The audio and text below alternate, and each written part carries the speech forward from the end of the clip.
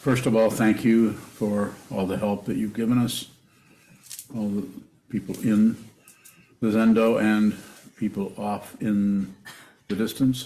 Thank you very much, and thank you, and thank you, and thank you. And please continue to help us if you can. You can go to our website, and there's a way to do that. And if you want to do it some other way, then contact Unyo or Chezan or someone else here in the monastery. The title of this evening's Dharma talk is Empty of Other. We quite often hear about empty of self, empty, there's no one here, but empty of other. I don't often hear it put that way. The other way of addressing this is just non-duality, advaita. There's nothing observed, and there's no one observing. There's just observing. There's just consciousness only. There's another way of saying something that is very difficult to think about or reflect on or conclude about if you are wrapped up in logic or reason. Those work up to a point, and they work quite well as soon as you get to the brink of darkness. You could call it unknowing, or you could call it going beyond this and that, beyond knowing and not knowing, actually transcending the polarities all over the place. A great one that stumps us all the time is pain and pleasure. We think those are two different things. Not so. But don't believe me, don't believe my statement about it. I'm just saying that to perhaps get you to look at it a little bit. Why would he say that? What is it that makes those two things not separate?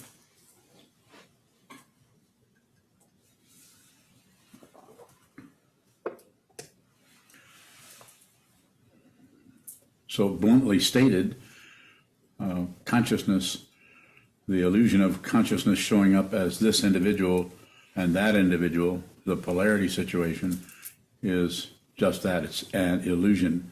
But if we believe it, then it's a delusion. Then we're tripped up by it. We believe that I'm here and everything else is over there. So let's go with that one.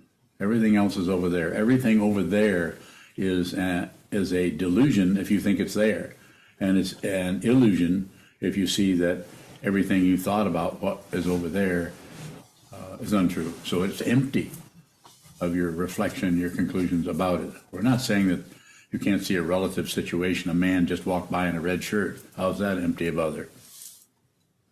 Or any other kind of relative mundane proof that you could come up with. He came in and insulted me about something that I said yesterday, and how's that empty of other? That's the illusion, that's the delusion part if you're taken in by it, if you're swamped by it, if you want to go to war, if you want to retaliate and participate in that polarity that is the basis of wars. It's not the fundamental basis, but it's one of them, but it is one of them, one of them. I'll keep talking, but anytime you can raise your hand with a question, don't hesitate. Very classical teaching, empty of other. Empty of self, empty of a self. The illusion of a self is incredibly believable. The emotions arise in the mind stream, in this body-mind complex, and we think that is someone, some person that is thinking, some person, me, Jim, George, Mary, Ruth, that is thinking, having ideas and concepts and believing this and succeeding in this, but not doing so well over here. And we'll constantly tell ourselves stories about this to generate some kind of sense of self. We do the same thing with other. To cover up the emptiness of other, we fill it up with all kinds of lucky charms, this and that, and up and down, success and failure, right and wrong, judgment, praise and blame, praise and blame. It creates an incredible illusion of something that needs to be done about that, or something we need to get in and fight with this. We need to join that. We need to protest against this. And it's not that you shouldn't do that. But if you are operating in that area of pushing and pulling up and down, back and forth, voting for this, voting for that, however it may be, and you're doing it out of a mind that is believing in the relativity of self and other, then it is unlikely that you will be fundamentally helpful. You might be relatively helpful. You might help this particular situation. You might help that person because that's the way they're coming to you and you're helping them.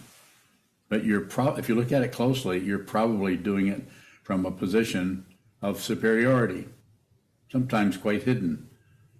You think you're helping somebody, but that's like thinking you're better than a dog or a horse or anything, any animal. Not better than them. You're different, but you're not better.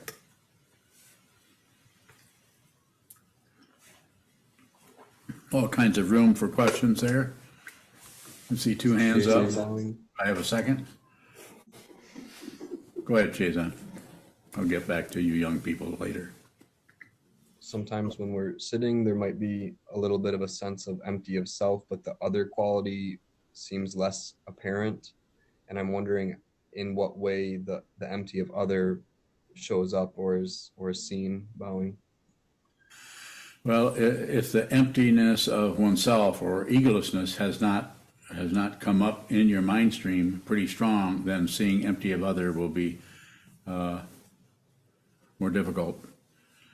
It's just a matter of time. The initial practice is to see that there's no one here, because if you go halfway into seeing there's no one here, you'll still think there's somebody out there who is worse than you, or somebody out there who is better than you, or somebody out there who is whatever. Any thought that comes into the mind stream just seems very believable, even though you've begun to see through the self.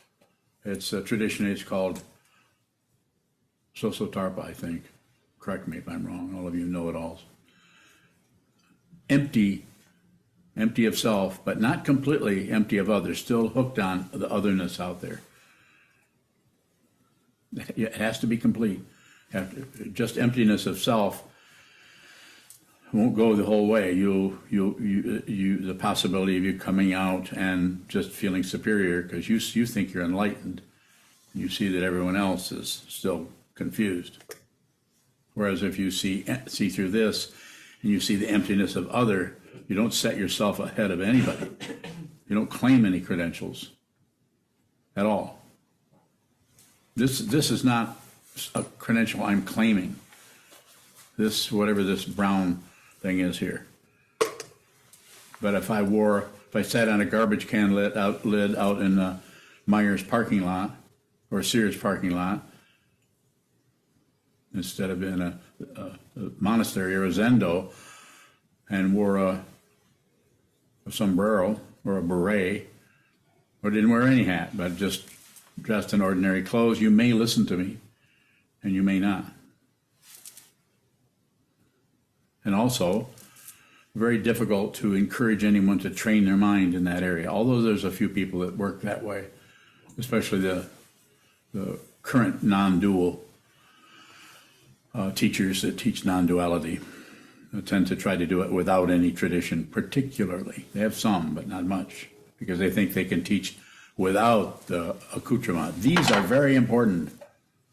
This altar, this image of the Buddha,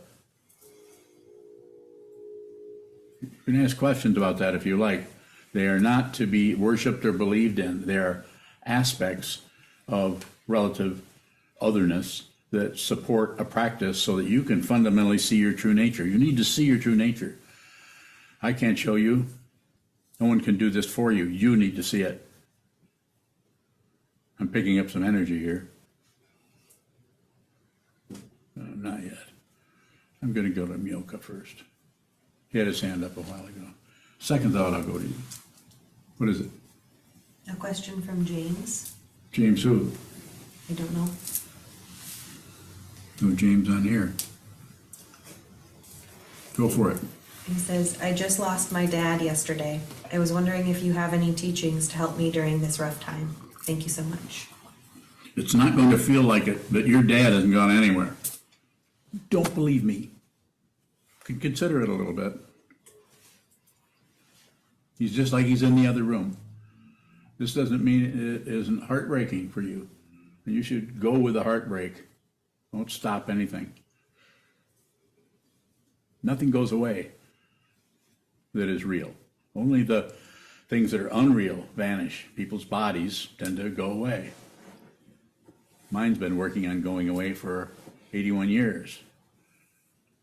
No success yet, but it won't be long.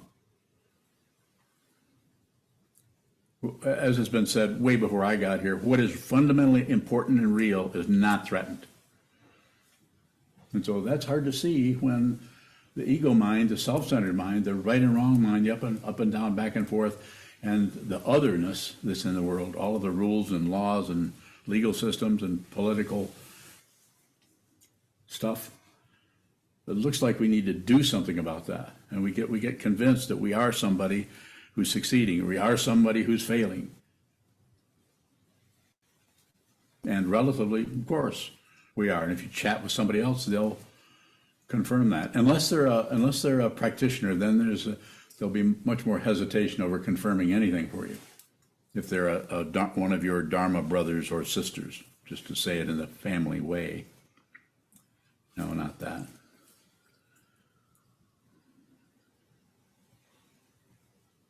Yoka. Yoka bowing. You mentioned Lucky Charms. What did you mean by Lucky Charms? Cereal. We're in the cereal city. Kellogg's is just down the street. Both cereals, Lucky Charms. It's just, I was just saying, was it earlier today, wasn't it? Did I say it in this talk? I haven't said that yet. This talk. In this talk? Once. Today? In this talk? I wasn't here earlier, so I think it must have been. I don't want to hear any of your excuses. So it's just a way of whatever, just a way of a simple thing. I don't know why that shows up. Any number of things could show up, and I just tend to go with what shows up. So I don't think up stuff. I could have said, go ahead. Is there Lucky Charms that cover up the emptiness? Yes. How did they do that? Grasping at anything, grasping at Cheerios, or at the success of this, or the failure of this. Anytime you say success, failure, anytime you use anything to buy into anything, even though it's relatively has a lot of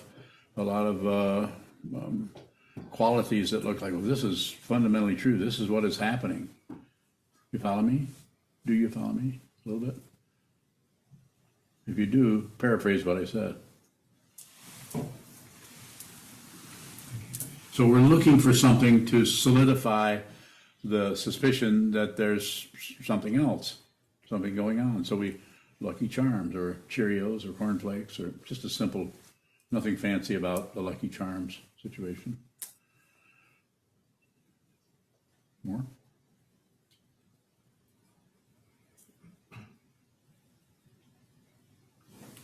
Yogado. When you talk about empty of other, you talk about mostly beings, people, animals. Is it easier to see that in beings than in things? Than in things? Yes. Perhaps. But it's things and people, but everything is arising in consciousness, but we separate it out so we can give it some kind of gradation, so we can decide how to relate to it. This is important, that's not. And it's not that one thing might not be more important than something over here, but it needs to arise situationally, not with your commentary, your opinions, your judgments about it. You step in and you decide. If you're deciding anything, this is the very nature of delusion. Everything is choiceless. See it yourself. This doesn't mean that you don't look at something and evaluate something and go this direction rather than that direction, but that is dependently arisen. There's no one making a choice there. It's an amazing discovery that you can all make if you work at it. Spend some time looking at what arises without picking and choosing. If you're picking and choosing, you're just strengthening the ego mind, the self-centered mind, the narcissistic mind, the mind that is full of him or her or themselves. Don't do it. Train yourself by facing the wall and watch the discontinuity of the mind stream. Don't fix it. Don't cover it up. And don't shove it away. More? Yoko bowing. Are there any signs that you might see empty of other? Somewhat. Want me to give you one? Please. A donut turns into a squirrel.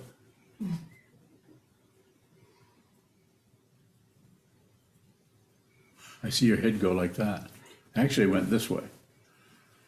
So it's a silly example, but it's probably much closer than some kind of logical, reasonable explanation of everything.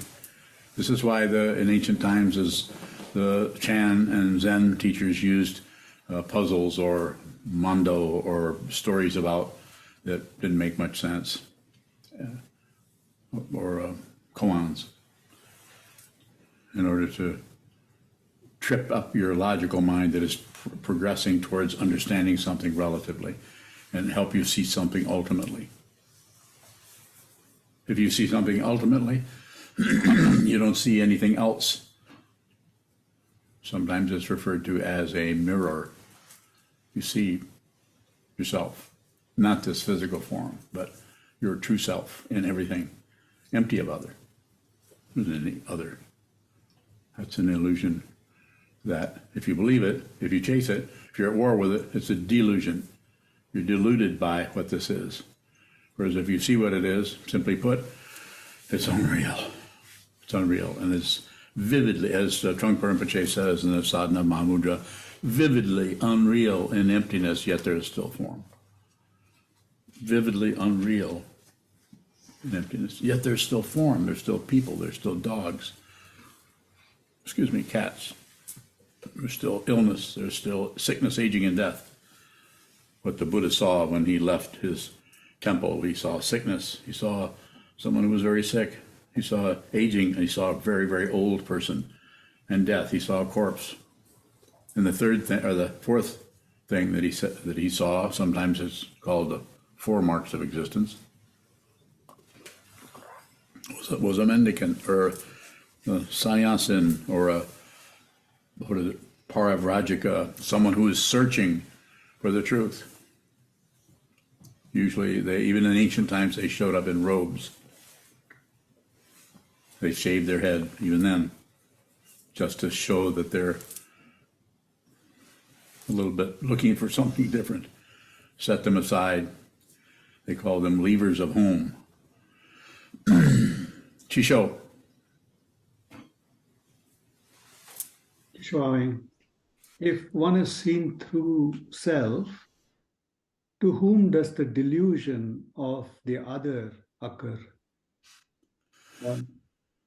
To the one who thinks they've seen through it, because it's incomplete. It's a partial. And it can go in any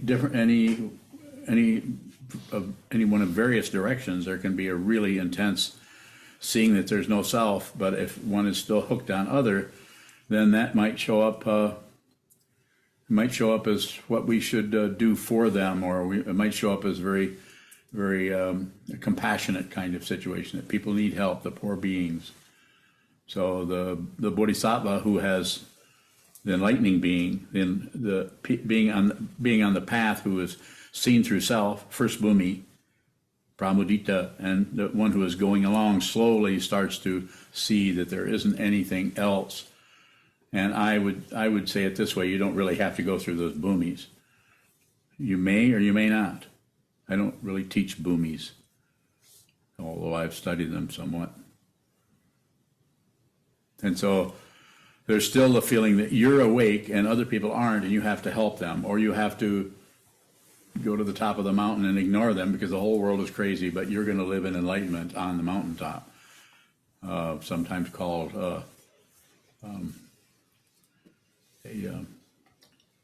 what's that called? Come on, you guys. Help me. It's about Pratyeka Buddha. Pratyeka Buddha, correct, thank you. The Pratyeka Buddha is a self-styled Buddha who really has accomplished something. They have really seen through the five skandhas: form, feeling, perception, concept, consciousness, seen that does not add up to a being or a self. They see that, but they think you haven't seen that. And you probably haven't.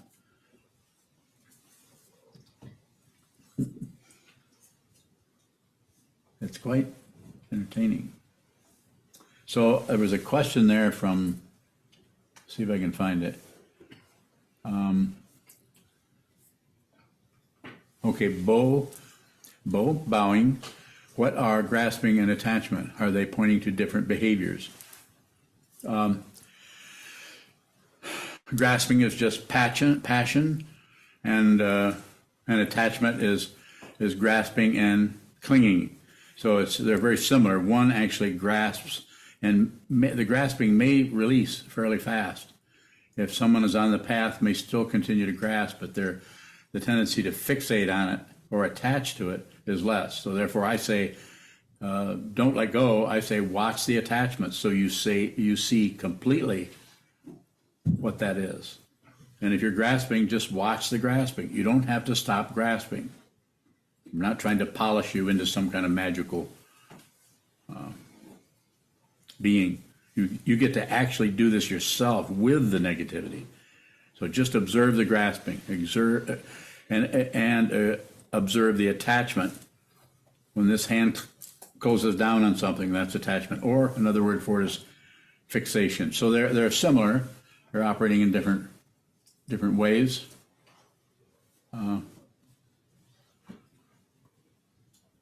There's another one here. See if I can get it. Okay.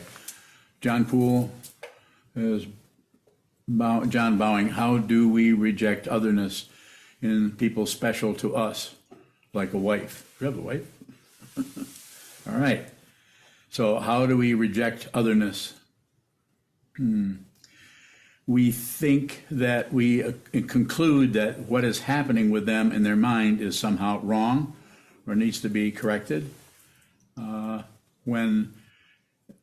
something in them is amiss, and so we feel like we need to show them what that is. So, and what I would say from the point of view of someone who has deep understanding of self and other, they will encourage that person to look at what is happening, so that they can do it themselves rather than think that they're wrong. Much more challenging to look at the negativity and to encourage someone to look at their negativity rather than blame them or tell them that, well, you shouldn't be doing that. That doesn't make sense. So lecture the other person because you're so enlightened. Did I get close to what you're looking for, John? So John asked me another question and fine-tune it a little bit more. That's how we reject it. I've been bowing. Mm-hmm. Yes. How do we identify with for instance, the loss of a loved one? You tell us to or suggest that we are to feel the feelings. How does that not reinforce the sense of otherness? It might. This is not about a success story. You are not going to win. It is about the truth. So it may reinforce it, but your awareness of what is happening is probably a lot sharper in that area than it would be if you're trying to control things and get certain outcomes or act a certain way or be a certain kind of person. It needs to be seen. That's just like in relating to anyone, whether it's a wife or whether it's a coworker or whether it's, don't fix anyone. Don't correct anyone. That doesn't mean if they're getting ready to do something where it's going to hurt them that you wouldn't say something about it. Of course you would say that. You would say something there. It's situational. It's very, very situational. And if you have begun to realize this and are working on realizing the emptiness of other, then there's less likelihood of you meddling in anybody's life because you've stopped meddling in your own life. When I mean meddling, trying to fix yourself, trying to get better, trying to improve. Go ahead, Chisho. Shishwaan, continuing from my previous question, is there an identity then that sees through the delusion of other as well? So an identity remains after even you see through the other? Identity may remain, but it's unreal. You can actually see it's like sometimes I refer to the the ego over here. My own personal experience of ego is like a clown on the roof. I'm not making any claims. I'm just saying that aspect of my mind that still operates as a self-centeredness operating out of hope and fear has a bright red nose and lives on the roof of my house, and occasionally comes because of situations. That is not gone. It's not been gotten rid of. But situation will bring that clown into my life, right into this mind, and I'll see that I'm operating out of self-centeredness. It doesn't last very long. Clowns are not particularly convincing. It's that kind of it's unreal. It's a clown. It's invented. And if you fight with it, it suddenly loses its appearance as something that's unreal and it starts to become real. Don't fight with anything. No more war. So, more? Chisho? Shishwaan, yeah. So the identity that sees through self and other, is it still restricted to this body-mind complex? Not particularly. It's not restricted by anything because it no longer belongs to this body or anybody. Consciousness no one owns consciousness. It's all over the place. It shows up in everything, in every being.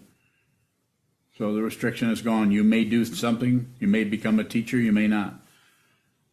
You may just take naps.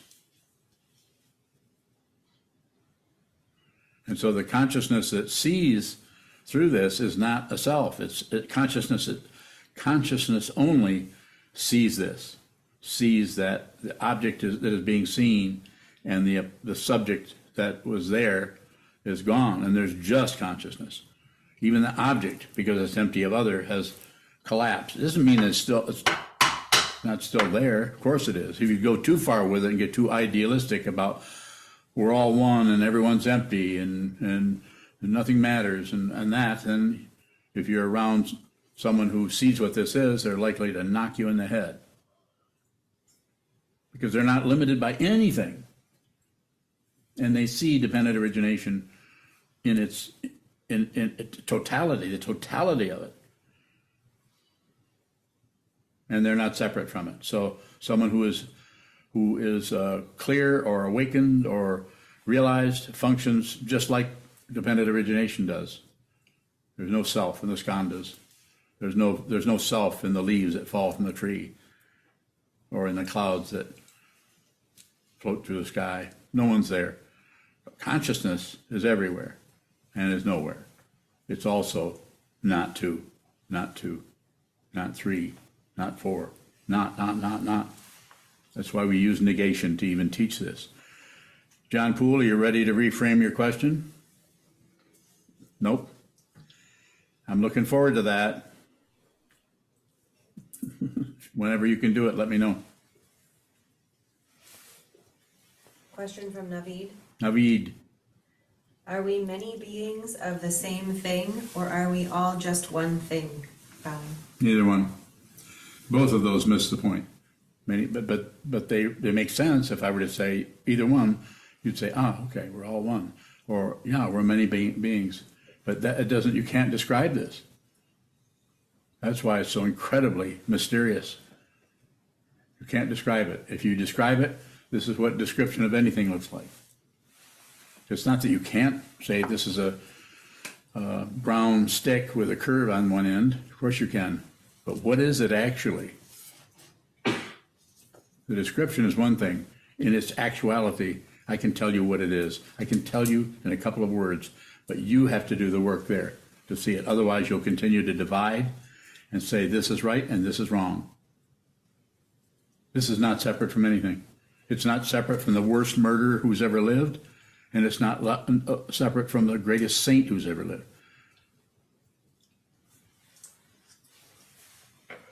I'm happy to respond to your questions. Kenzan. What does it feel like to utterly fail on this path? How does it feel to you? You're failing. How does it feel to succeed on the path? Same thing. Success, failure, not to. The ego mind comes in and looks for results, wants to tabulate, wants to add things up, see how you're doing. See, how are we doing on the path? Are we more peaceful? Are we more kind?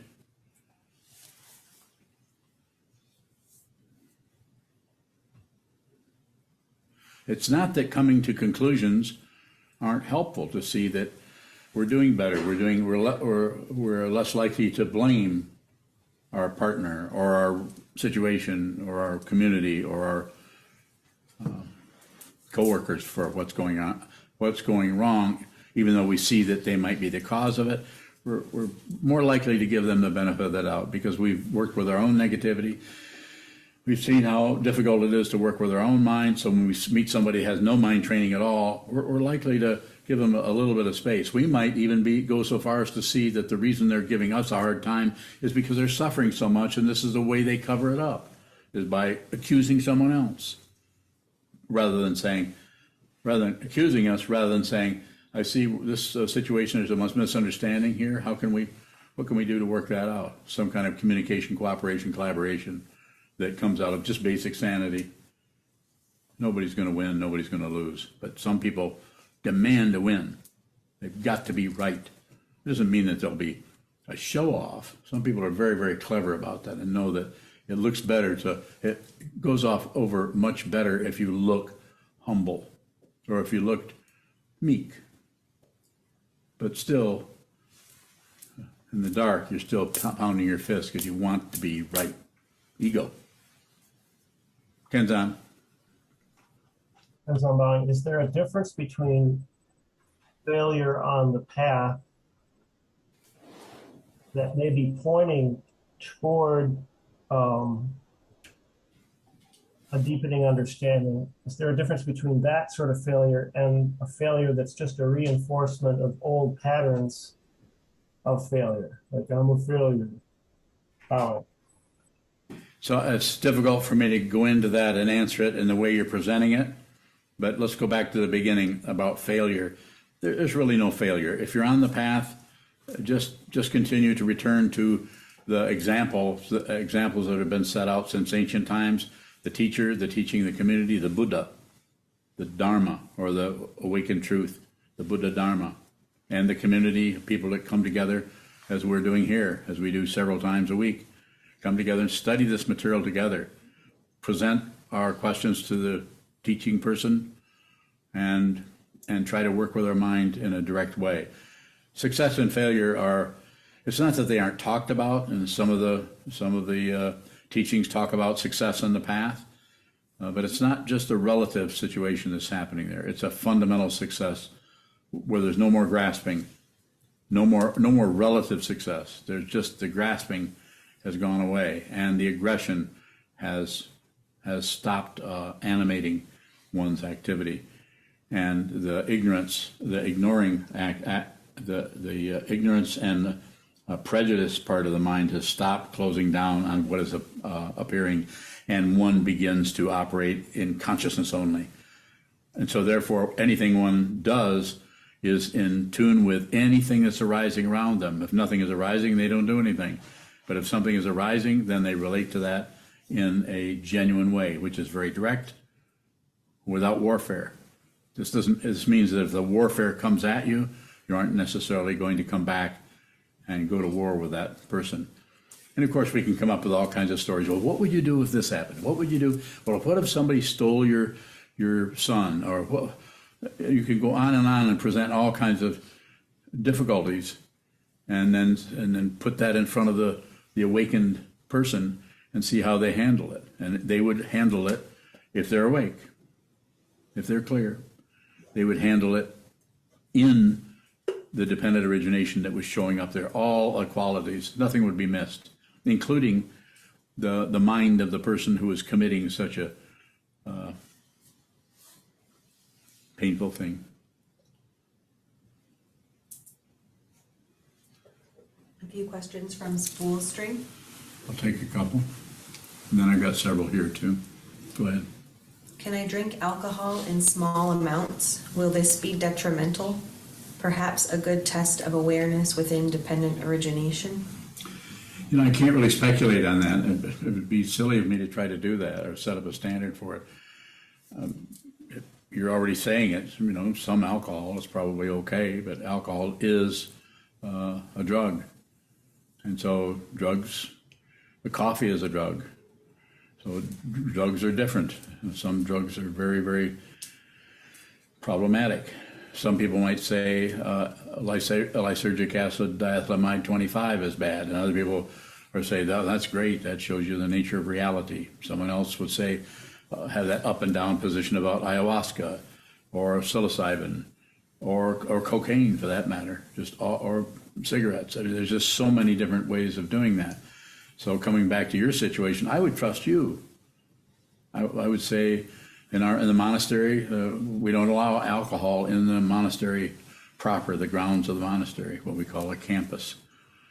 But if you're living 3 or 4 blocks away in another building, I would recommend that you don't. But if you need to do that once in a while, then I guess you could. But you should look at it how you're using that, if there's any kind of demand there. Another question? From Spoolstring again. I think other people's lack of awareness irritates me. Initially, even if I understand they are suffering. Does this point toward a fundamental flaw in me? There's no flaw. Just sit a lot. I don't really know you personally. I don't think I've ever even seen you. If you ever have the wherewithal, you should appear on screen, because if I can watch you talk, I can tell a lot about you. Not just your age, but a whole lot about how you express yourself. How do I do that? I have no idea. But that would be, if you want me to respond to those kinds of questions, come on, let me see your face and let me see you talk and ask the question. There, I've got one question down here in the chat box, and I'll respond to that, and then Shisho, then I'll come to your question.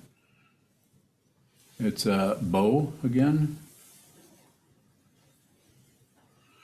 And John Poole says, when I less ignorant, I'm not sure what you meant to say by that. It doesn't make too much sense to me, John. But when I less ignorant.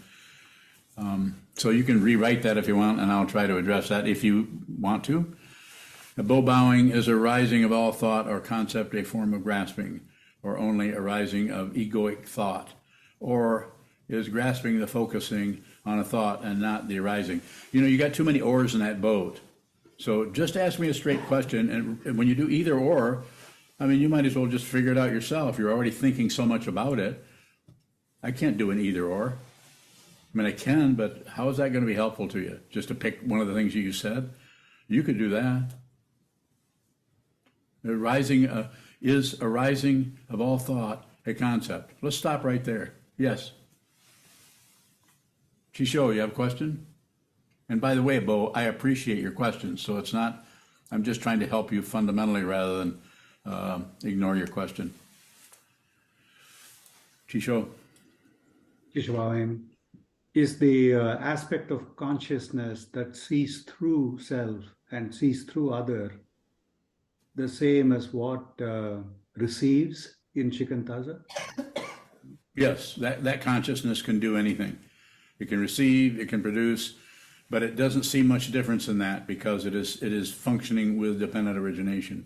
It's functioning with this happens and that happens, this pushed on that, this pushed on that, that fell over, this stood back up. Things are just coming and going, coming and going. And that consciousness is not particularly making choices. It might see the contrast between things. It also might stop something or reach out to something and protect something that is going to be harmed, but there won't be a story around it particularly. So it's just consciousness only. There's no personhood there. And yes, eventually that's why the training to be with all things or receive, eventually that area starts to, not that the ego goes away, but we're kind of changing our allegiance from that part of the mind that is where consciousness is wrapped up in itself and is narcissistic and protective and paranoid. In the Yogacara tradition, it's called the seventh consciousness. You can look that up or study it. It's quite helpful. But when one is liberated, there, as far as I know, there is no seventh consciousness. And if it shows up, it doesn't last long. It might show up just some kind of karma may still be, be nipping at your heels somewhere, possibly, but it won't last. Junchugai, Yes. I notice that if I'm in pain, I tend to suck up into that and ignore everyone else. And sometimes it seems like the only thing that maybe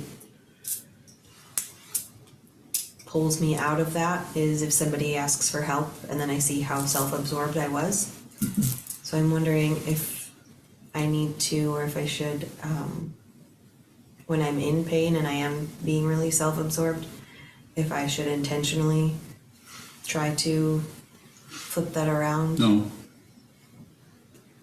No, you're already quite aware of what's happening. That awareness will continue as long as you continue to practice. That awareness of your, shall we call it self-deception or exclusionary feelings about yourself, pulling yourself away. It's the awareness of that, not the success story of stopping doing that. That will fall away of its own. It's called renunciation. There's no renunciator anywhere. That kind of renunciation where you renounce something, that's a different path. Not particularly wrong, just not this one. Well,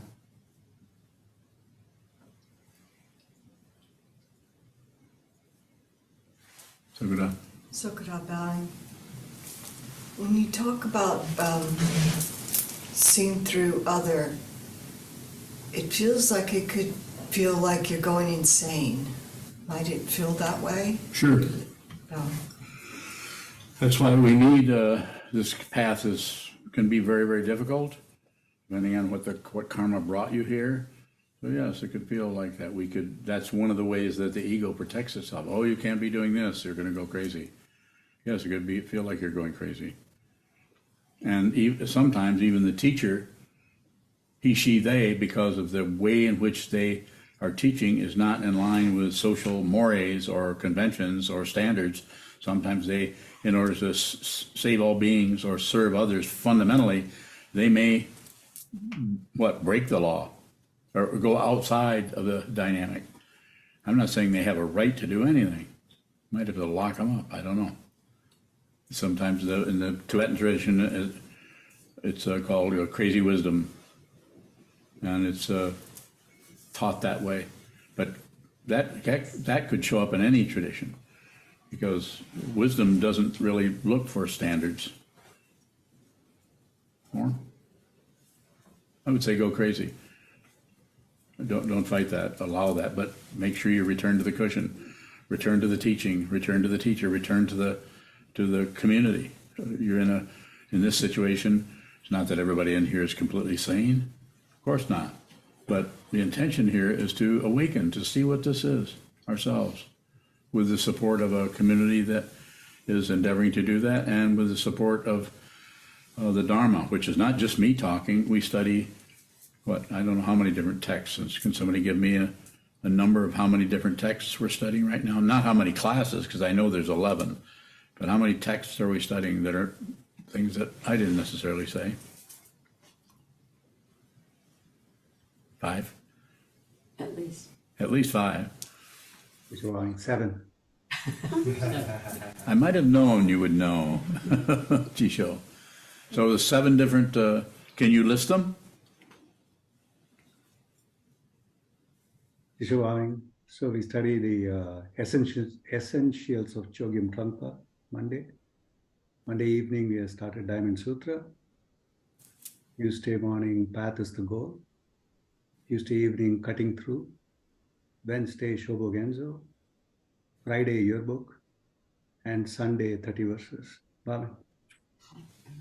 And the Majjhima Nikaya on Saturday. Occasional Saturdays, yes. Majjhima Nikaya. That makes it 8, yeah. Bhavin. Good. I was happy to be able to correct you. Actually, I didn't, but Unyo did. She passed it to me, and I functioned. So yes, and we have studied there's all kinds of texts that we've been through. Some texts we've been through more than once or twice.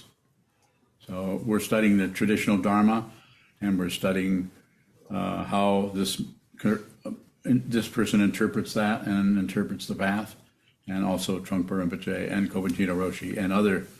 Is there any other living teachers we're studying? Not that we're saying, not right now. Yes. Question from Jesse Boardman. Okay, Jesse. Do you have any particular advice for observing despair when it feels all-consuming? So the basic advice I would give you is do a lot of sitting meditation. Despair is be very difficult to work with that. But a lot of sitting, and the despair will probably arise right in the sitting practice of meditation. Do a lot of that. Do a lot of that. And the main thing I would say is don't push it away. Don't blame anyone for it, including yourself. Don't do anything with it but observe it. If you observe it and you have there's a minimum of passion, aggression, and ignorance arising there, it will start to come apart, because anything that shows up is perpetuated or fueled by grasping, rejecting, or ignoring. If those 3 are not validated somehow, it's okay to push, or I should just push this away, or I should take some drugs, or any number of things. I would say don't do anything with it other than look at it.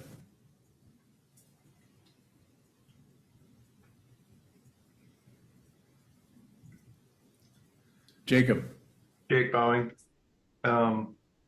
Is it possible to see another person's confusion if I don't always see my own? Bowing. That could happen. That would depend on the chemistry there with you and the other person. But especially if you're working on seeing your own difficulty and seeing your own self-deception. So it might not be very consistent, but there could be glimpses of that.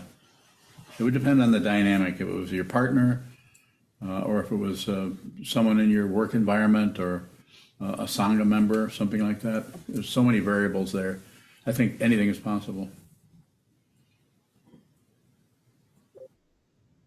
Jake Bowing. I had a follow-up question to that. How do I know the confusion I see in others if it's just, how do I know the confusion I see in others isn't just my own projections? Bowing. It's always your projection. So, might have to contemplate that a little bit. Everything you see is a projection.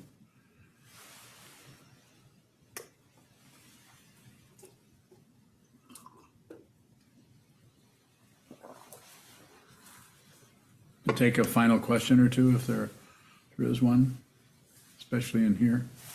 Look at that.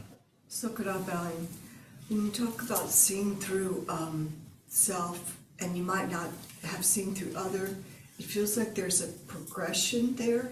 Might it show up in a progressive way? What's the progression? Beginning to see through self and not yet seeing through other, and Sure. then beginning. Any number of things could show up that way. So look out for the conclusion part. When that fist starts to conclude something you've accomplished or seen, that's more ego.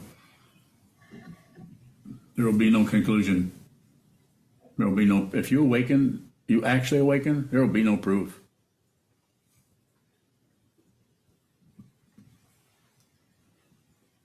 It's not even, as I said earlier today, it's not even an experience. Path leading up to that's going to have all kinds of interesting kensho practices or experience practices, or experiences, I should say. Here, and you suddenly realize you're all one, and everything is dependently arisen. That can be, I mean, it just goes on and on. It's nauseating how much the ego will feed off from that kind of baloney. That's why it's necessary to have a teacher that can meet you where you're at and reflect back to you who you are. That has to be an actual reflection, because if you think it's other than a reflection, you'll fight. You'll think that what is happening, what the teacher is doing, is actually attacking you or being friendly with you.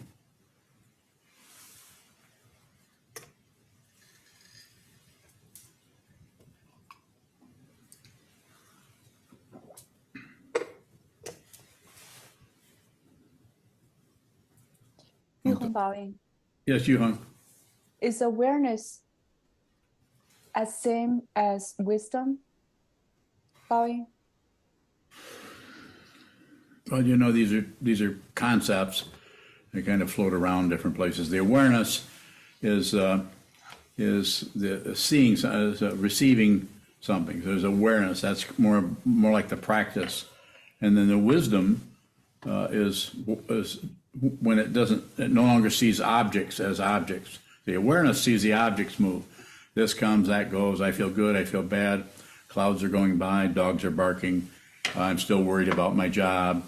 That's awareness. Wisdom is just sees wisdom. It doesn't see the itemization that ego does. It just sees wisdom.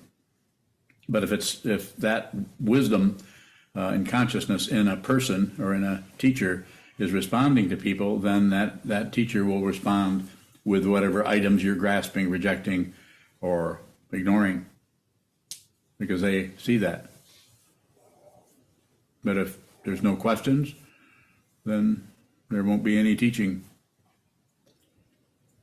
Yuhong Baoying, so you're saying that when I'm aware of, for example, the location or the tone that I speak or other people, that's different from wisdom, right? Yeah, yes, it is. That's awareness.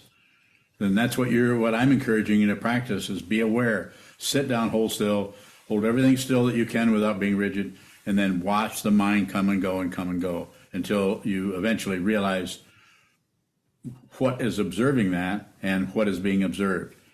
Subject, object, simply put, look different.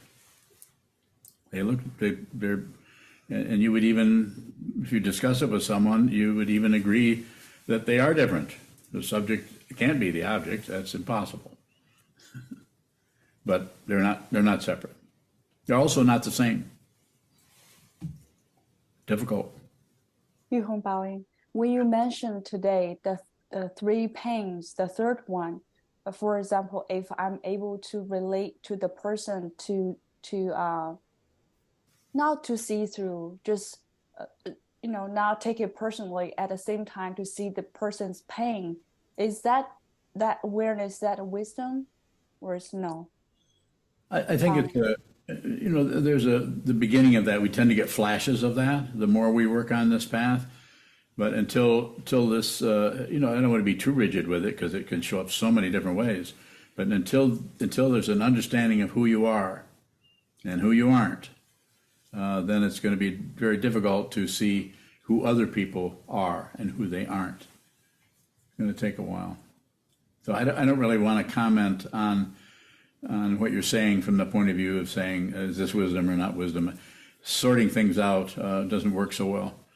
I would just say, just keep going. You're going to see flashes of, you're going to see deeper into other people's suffering as you go along, even before you've attained realization. Takes a while.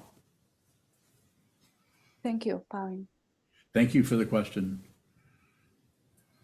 Yes, Another question from Naveed. Naveed.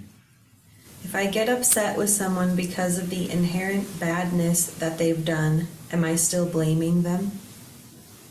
Well, you could be, but we don't want to ignore someone who's doing bad things, evil things, or destructive things, or harmful things. We don't want to, but it's what is being talked about here is it seems to be necessary in order to work with that situation. It's necessary to acknowledge that the causes and conditions that are behind all of their negativity are basically not seen, they're ignored. And sometimes you can't even see them. They are not happening in this time or this place. They might have happened when they were 7, 8 years old, and they might have happened in another century, in what's commonly called another lifetime. Whether it's another lifetime or not, I don't know. I just know that consciousness, when this body-mind goes, consciousness has no allegiance to anything. So anything can happen and appear as another lifetime. So it is unending. You cannot find the first cause to anything. If you find it, I'll say it bluntly, it's wrong. Don't do that. Don't conclude anything. This is a conclusion. It's the same thing as ignorance or grasping or fixation.